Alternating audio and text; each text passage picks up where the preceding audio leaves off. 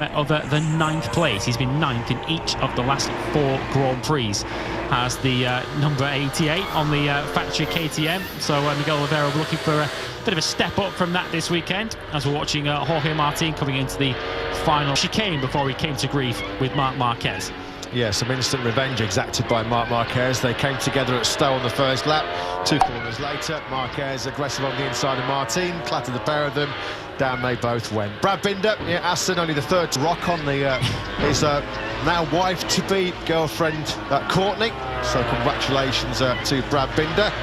Look at that going on during the summer break. Measured up for the invitation. The wedding. Jorge Navarro got married, didn't he, in the summer break? Joan Mir, I think, really summer break. And Brad Binder actually had a pretty good opportunity to go down to South Africa. I'm told he rode a MotoGP KTM around Kyalami. Yes. It would be great one day for South African fans if the MotoGP World Championship was able to find itself back in running. Struggle to miss that, will you? As he comes past you around Silverstone.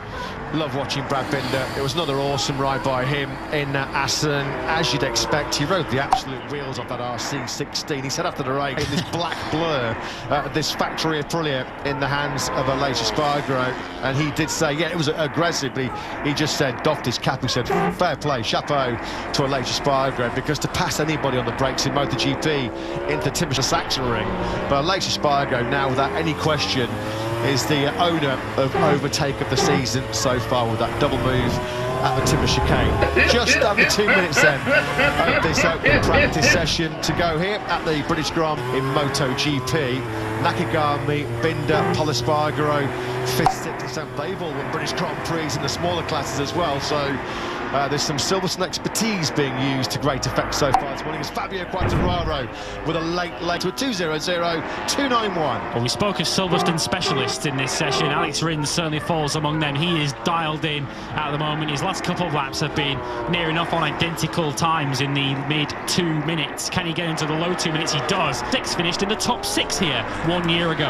Yeah, that was a memorable Grand Prix. That 6 different manufacturers in that top 6. That was the first time that had happened since the Yugoslavian Grand Prix way back in 1972. It has happened one more time since as well at Portimao at the start of this season. And Jorge Martin at the moment in 13th place. Zarco.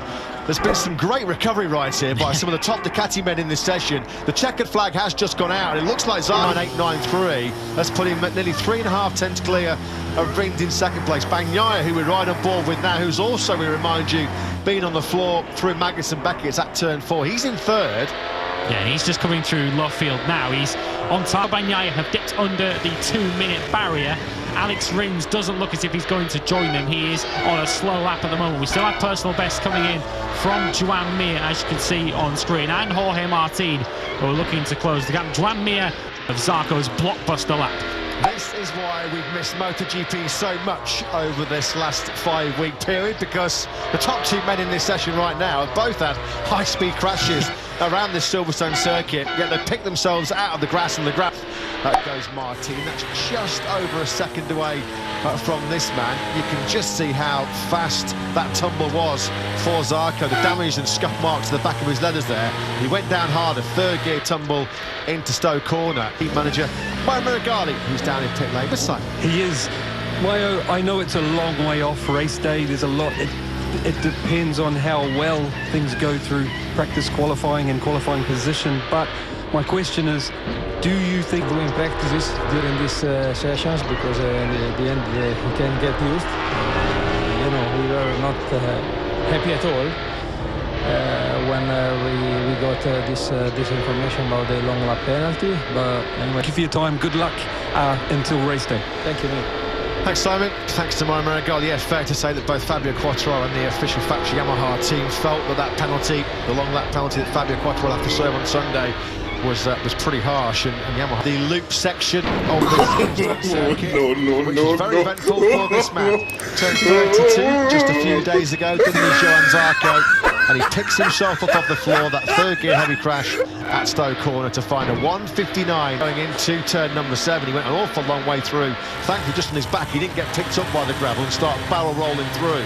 So although it was a fast crash, it was probably about as timid as it could have been. Just a slide through, probably a few gravel rushes did in that sort of 10-15 minute session by that man Johan Zarco. A smile and a wink, and Johan Zarco happy enough. He's another of the riders that is added to the long list of former winners around this circuit. Johan Zarco, a Moto 2 winner in his 2015. Fabio Quartararo ended the session in 4th in the end, half a second off the pace, although he probably looked a lot quicker than perhaps that gap might indicate. Nakagami, one of the standouts in that session for Honda, for LCR in 5th, ahead of Aleix Espargaro and Maverick Vinales. 59.893, just a fraction ahead of Pecco Bagnaia, who's the only rider to join Zarco in the 159s. Alex Rins was 3rd after a very impressive session. Quartararo, despite that only mechanical problem, took 4th ahead of Taka Nakagami and the 2 factory Aprilias, with Aleix Espargaro leading Maverick Vinales. Joan Mir, Jorge Martin and Brad Binder complete your top 10 ahead of Pol Espargaro, pole position here